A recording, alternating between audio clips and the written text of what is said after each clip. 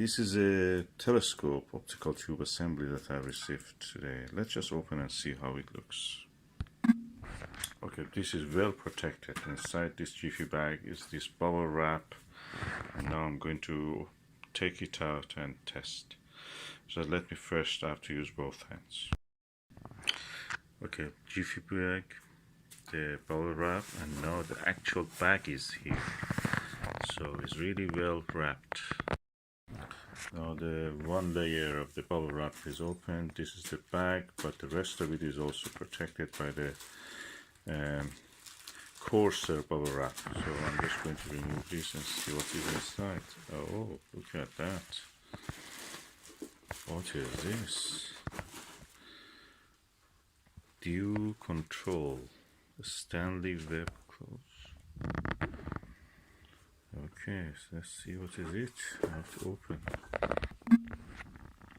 Let's see here. Oh, look at this. Filter, polarizing filter. Crystal view moon filter. We have here something which looks like an eyepiece. Oh, it's a Barlow. And this is an eyepiece.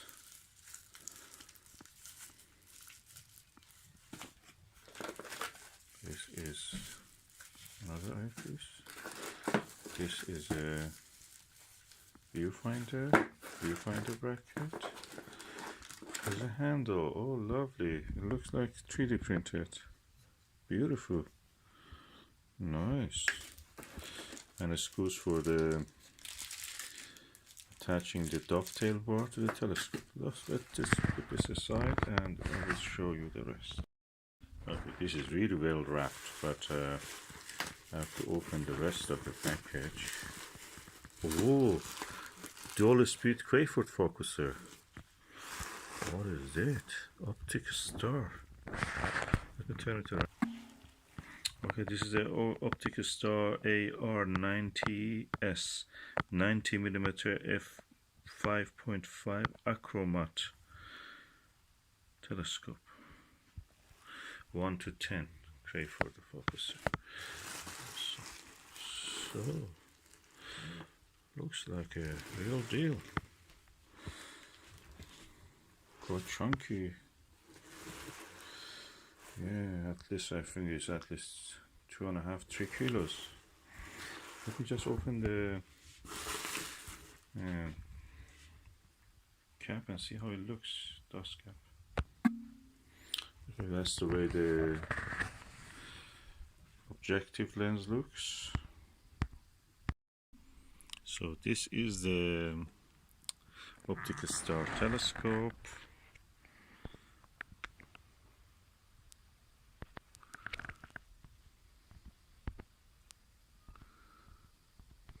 Let's see how it looks with the Vixen 25mm orthoscopic eyepiece.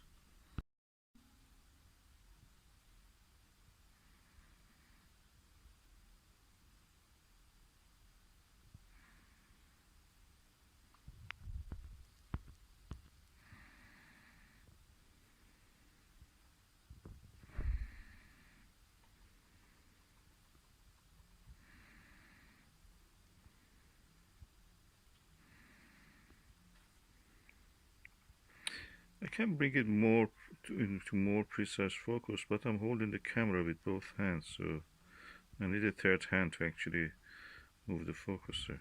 Anyway, what the heck. You can see what it is. Some part of it is in focus, at least, in the sharper focus. And that's the way it looks. So this is acceptable performance from a short tube telescope. I will test it on the stars tonight, on the night sky, on the moon, and some such things. That's a really good double speed focuser. Nice, 1 to 10. One turn of this turns this 10 turn. You can see how fast it is. Anyway. Okay, I'm using the OpticStar telescope I must say I'm really impressed. The size of the lens is 90mm, bigger than the Skywatcher ST80 or ED80 or ED72. It's a clone of the Takahashi 90RS, I think. Anyway, it's a really good telescope. I'm impressed with the quality of the image. There was a slippage on this focuser. I just added electric tape and that works actually. And I'm looking at different parts in the sky near the Scorpion constellation. Really nice views. One of the better telescopes. And handy, nice for travel. If there was no slippage, that would have been perfect. Okay, I have now the RKA and the Plusle 28mm, both from Edmond Scientific. This one, the field of view is around 50, something like that. This one is similar probably, but with this you see actually the field stop. But with this one, the eyepiece almost disappears. Big eye relief also, this one, RKE. So, really impressed. Wonderful, wonderful. OpticStar AR90S 90mm f ratio 5.5 achromatic. This is a Chinese telescope, and for the price you cannot get anything better. It's 90mm.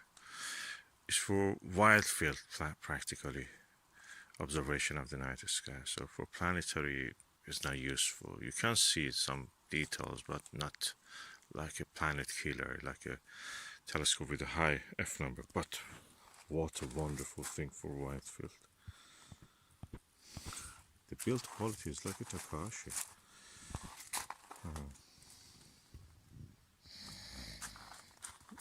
Optically, I don't think it's a Takahashi, but build quality is really good. Mechanically, is really good. And I'm using a University Optics Konig 32mm eyepiece. Looking at the M15, I think, the Pegasus globular cluster. Beautiful, wide, very wide angle.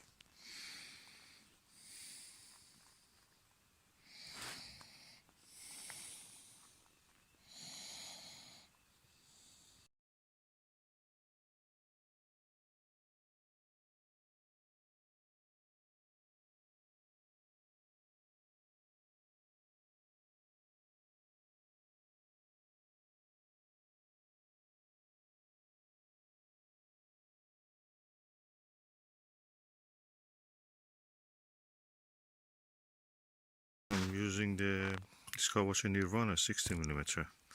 I can see the central part of the M15, the globular cluster, brighter, halo, dimmer. Can I see any individual stars? So that's out of question.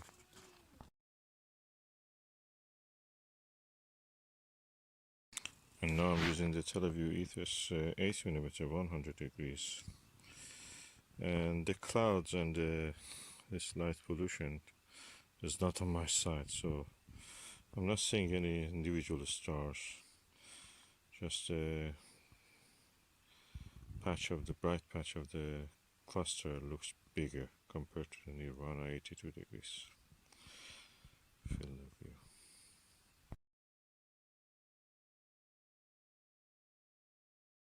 Oh, hallelujah.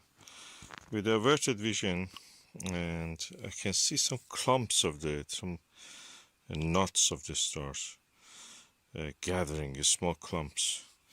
I don't think they're individual stars, but I can see a clump of several stars close together in the M15 globular cluster. So not bad, not bad. If ideal condition, probably I could see more. Also, if I could sit.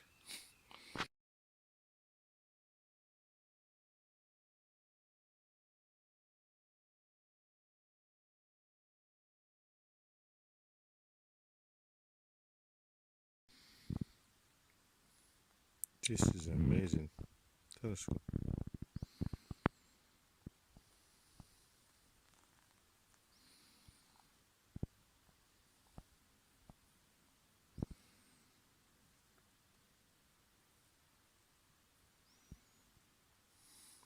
Using it, I felt I'm using a Dobsonian. Really wide field telescope.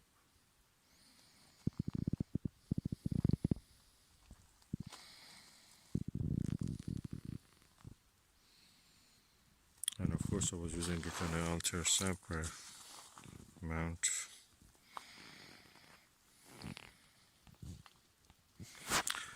And Skywatcher extension column. And the Celestron XLT EQ3 tripod. Takes everything. Sabra didn't have the counterweight shaft, so I just used the bar without actually any screw. And these are the counterweight weights for the EQ3 here.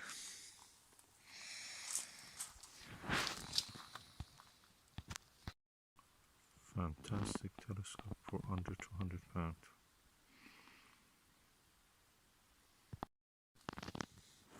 And when the dust cap goes in, it's so short. Yeah, 50 centimeters.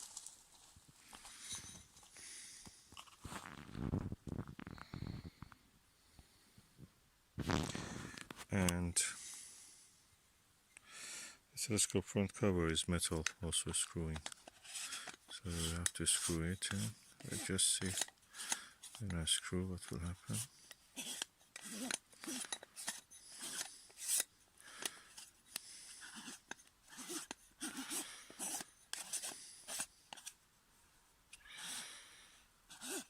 Okay. Comes exactly flat and it is tightened. Horizontal. That's one of the qualities that the Questar, they say, had. At the cap, any position, if it is original cap of the telescope, if it come always horizontal in the tightest position. Okay, tonight it was a little bit clearer compared to last night, which was really foggy. And I was able actually to go and set up a small telescope. I didn't want to take a big heavy one. So I went and put this telescope. It's an OpticStar AR90S 90mm refractor. It's a short tube refractor. I used the Zeiss microscope eyepiece. It's a Pl-10, I think, 20-20. And this is equal to 25mm and 57 degrees field of view. Is comparing this with the panoptic. I've seen people comparing the view with the panoptic 24mm 68 degrees. Really good eyepiece. 1/6 of the price of it. So I watched the comet ZTF. This is near the Hyades in the Taurus, close by to the Aldebaran, and Sigma Tauri, of course, is moving. The situation is moving. I hold the camera as a Huawei P30 Pro mobile phone against the eyepiece, nothing else, and I was able to catch it. The mount is a Flextube, Skywatcher Flextube 130 Dobsonian tabletop mount, white one. So my estimate of the magnitude of the comet is around magnitude 7. The online data says it's magnitude 7.1, so close enough. In good seeing conditions, you can actually see the fan-shaped tail of the comet easy. It was a little foggy and wet tonight, but I could see the tail clearly. I also turned the telescope toward the Great Orion Nebula Messier 42 or M42, and I was able to capture this. I'm really happy. One of the best views I've ever had with any camera, a mobile phone camera, with this telescope. Really nice wide field of view, really everything visible. Of course, a very wide camera means that you will have also some distortion slight, and also a little bit discoloration because this telescope is not apochromatic. And that's the reason we had some purple fringing, a little bit blue light. You know, this doesn't claim that it is apochromatic. It's achromatic. It's cheap, but it's very versatile, and I'm really happy to have it. Besides imaging the comet and the M42 Great Orion Nebula, I was able actually to look at the star cluster M35 in the Gemini and the NGC 2158, which is the smaller cluster just to the right top part of this image. You can see that, yes, toward the right. Beside that, two double star. Anyway, that was interesting. I could image it with this 90mm refractor. It's a short tube. It's very good, versatile for this kind of quick observations.